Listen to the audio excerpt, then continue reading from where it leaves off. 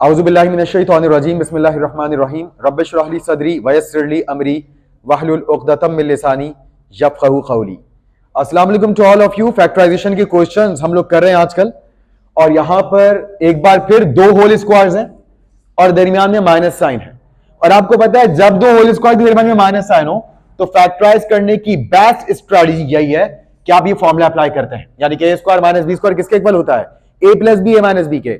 मतलब ब्रैकेट के अंदर वाली टर्म्स को हम एक बार प्लस साइन के साथ लिख देते हैं और एक बार माइनस साइन के साथ लिख देते हैं मल्टीप्लाइंग फॉर्म में। लेकिन जब एग्जाम्स में ये सवाल आएगा तो शैतान आपके जहन में ख्याल डाल सकता है, बड़ा खूबसूरत और बड़ा सुहाना ख्याल, क्योंकि शैतान का काम ही यही है कि वो इंसान को सुहाने ख्वाब दिखाता है। बताएं क्या ख्याल ला सकता है शैतान इस सवाल को देखकर? ऐसा, हाँ जबरदस्त, बस ऐसा कर लो भाई। स्क्वायर से क्या स्क्वायर रूट कैंसिल नहीं होता? बिल्कुल होता है। तो यहां पर भी स्क्वायर से रूट उड़वा दिया, इधर क्या लिख दिया? A B. इधर भी स्क्वायर से रूट कैंसिल करवा दिया, क्या लिख दिया? सी। और बॉक्स में बंद करके कह दिया ये रहा आंसर। तो ये फैक्टराइजेशन का आंसर नहीं है, क्योंकि फैक्टराइजेशन के आंसर की सबसे जबरदस्त पहचान होती है जो मैंने आपको पहले बताई थी। वो क्या पहचान थी?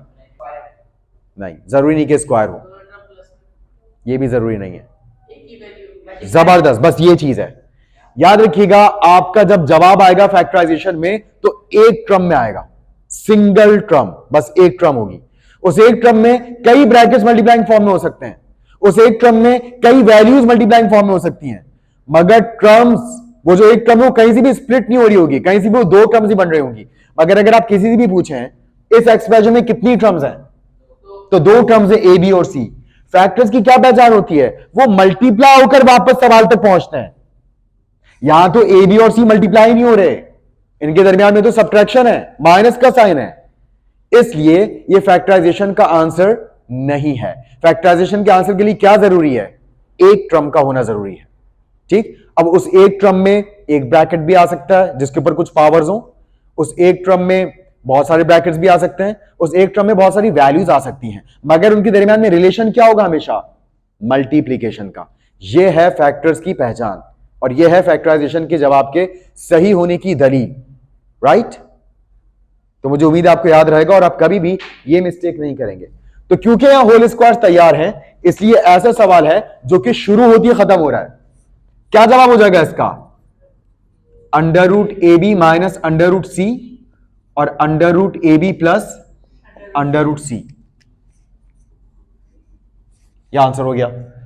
यहां पर फिर दो होल स्क्वायर्स हैं तो यहां फिर फॉर्मूला लग जाएगा, दोनों रेडिकल्स हैं, एक बार प्लस करके और एक बार माइनस करके लिखेंगे, तो under root 4x plus under root 9y और under root 4x minus under root 9y। याद रखिएगा, आपको मार्क्स उस वक्त तक पूरे नहीं मिलते जब तक आप मोस्ट सिंप्लीफाइड फॉर्म में फैक्टराइजेशन का जवाब ना दें। मोस्ट सिंप्लीफाइड फॉर्म के लिए आपको चेक करना पड़ेगा कि क्या रेडिकल्स के अंदर लिखे हुए कुछ नंबर्स ऐसे भी हैं जो रेडिकल से बाहर आ सकते हो। क्या 4 का कोई स्क्वायर रूट होता है? हर नंबर का ही होता है, मगर इसका होल नंबर में एक स्क्वायर रूट होता है, तो इस वजह से आप इसको क्या लिख सकते हैं? 2 अंडर रूट एक्स। 9 का स्क्वायर रूट क्या होता है? तो 3 बाहर आ गया। वैसे यहां पर भी क्या हो जाएगा? 2 अंडर रूट एक्स और 3 अंडर रूट वाई। जी क्लास, यहां पर भी ऑलरेडी दो होल स्क्वायर्स मौजूद हैं।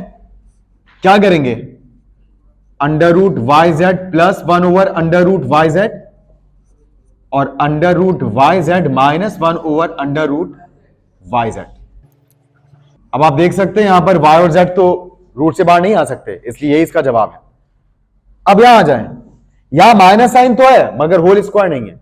तो इतनी देर से आपको क्या प्रैक्टिस करवाई जा रही है कि अगर कोई नंबर होल स्क्वायर में ना लिखा जा सकता हो तो उसे जबरदस्ती होल स्क्वायर में लिखने का क्या तरीका है?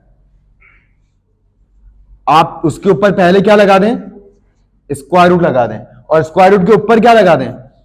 स्क्वायर लगा दें।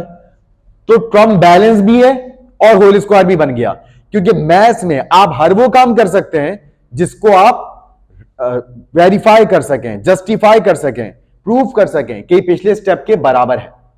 ठीक, तो यहां पर अगर आप स्क्वायर से स्क्वायर रूट कैंसिल करते हैं तो वापस एग्जैक्ट ही आ जाएगा ना। ऐसी माइनस साइन के बाद 1 पर तो कोई फर्क नहीं पड़ता, 1 का स्क्वायर लेने से 1 ही आता है, इसी 1 को स्क्वायर रूट लिखने की अंदर जरूरत नहीं है। टी को लेकिन आप स्क्वायर रूट के अंदर लिखकर ऊपर क्या लगा सकते हैं? Whole square. अब भी आप स्क्वायर अप्लाई करके देखिए वापस ही आ रहा है, स्क्वायर ऑफ 1 विल बी 1, और स्क्वायर जब अंडर रूट टी पर आएगा तो स्क्वायर से रूट कैंसिल हो जाएगा और सिर्फ क्या रह जाएगा, टी रह जाएगा।